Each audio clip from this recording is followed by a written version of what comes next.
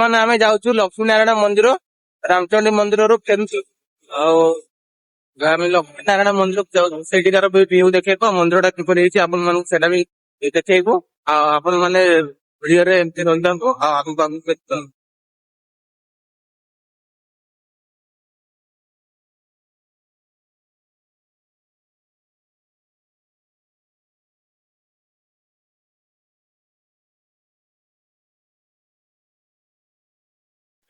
ବର୍ତ୍ତମାନ ଆମେ ପହଞ୍ଚି ଯାଇଛୁ ଲକ୍ଷ୍ମୀ ନାରାୟଣ ମନ୍ଦିର। ଏଇଟା ଦେଖନ୍ତୁ ପଛଆଡେ ମୋର ଅଛି ଲକ୍ଷ୍ମୀ ନାରାୟଣ ମନ୍ଦିର ଆଉ ଏଠିକାର କେମିତି କଣ ଭିଉ ରହିଛି ଆଉ କେମିତି ହେଇଛି ମନ୍ଦିରଟା ଆପଣମାନଙ୍କୁ ପୁରା କମ୍ପ୍ଲିଟଲି ଦେଖେଇବୁ।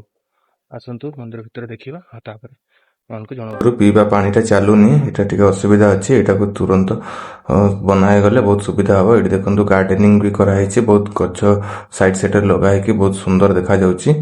ଆଉ ଏଠିକାର ଭିଉ ଗୁଡା ବି ଦେଖନ୍ତୁ ଆଉ ମନ୍ଦିରଟା ବି ବହୁତ ସୁନ୍ଦର ହେଇଛି।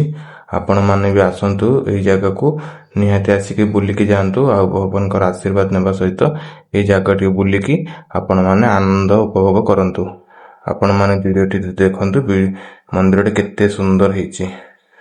ମନ୍ଦିରଟି ବହୁତ ସୁନ୍ଦର ଲାଗୁଛି। ଆପଣ ମାନେ ନିଜେ ଆସନ୍ତୁ ଆଉ ଏଇ ଜାଗାକୁ ବୁଲିକି ଯାଆନ୍ତୁ, ତାପରେ ଆପଣ ମାନେ ଜାଣିବେ ଯେ ଜାଗାଟି କେତେ ସୁନ୍ଦର ହେଇଛି।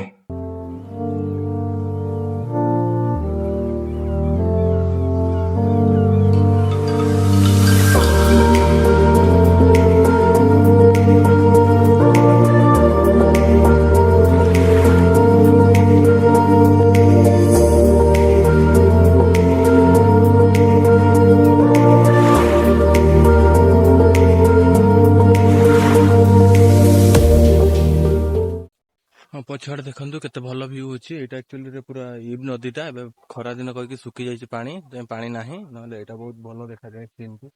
ଆଉ ସେ ପଛଆଡେ ଗୋଟେ ବ୍ରିଜ ଅଛି, ସେ ରେଲୱେ ବ୍ରିଜଟା।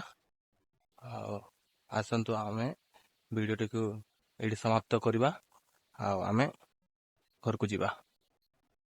ଆଉ ଭିଡିଓଟି ଆପଣମାନଙ୍କୁ କିପରି ଲାଗିଲା ଭିଡିଓଟି ଆପଣ କମେଣ୍ଟ ମାଧ୍ୟମରେ ଜଣାଇବେ। ଭିଡିଓଟି ଯଦି ଆପଣଙ୍କୁ ଭଲ ଲାଗିଛି ଭିଡିଓଟି ଆପଣ ଲାଇକ୍ କରିବେ ଆଉ ଆପଣ ସାଙ୍ଗମାନଙ୍କ ସହିତ ସେୟାର କରିବେ ଆଉ ଆପଣଙ୍କ ମତାମତ କମେଣ୍ଟ ମାଧ୍ୟମରେ ଜଣାଇବେ। ପୁଣି ଦେଖାହବ ଆଗାମୀ ବ୍ଲଗରେ। ଜୟ ଜଗନ୍ନାଥ, ଧନ୍ୟବାଦ।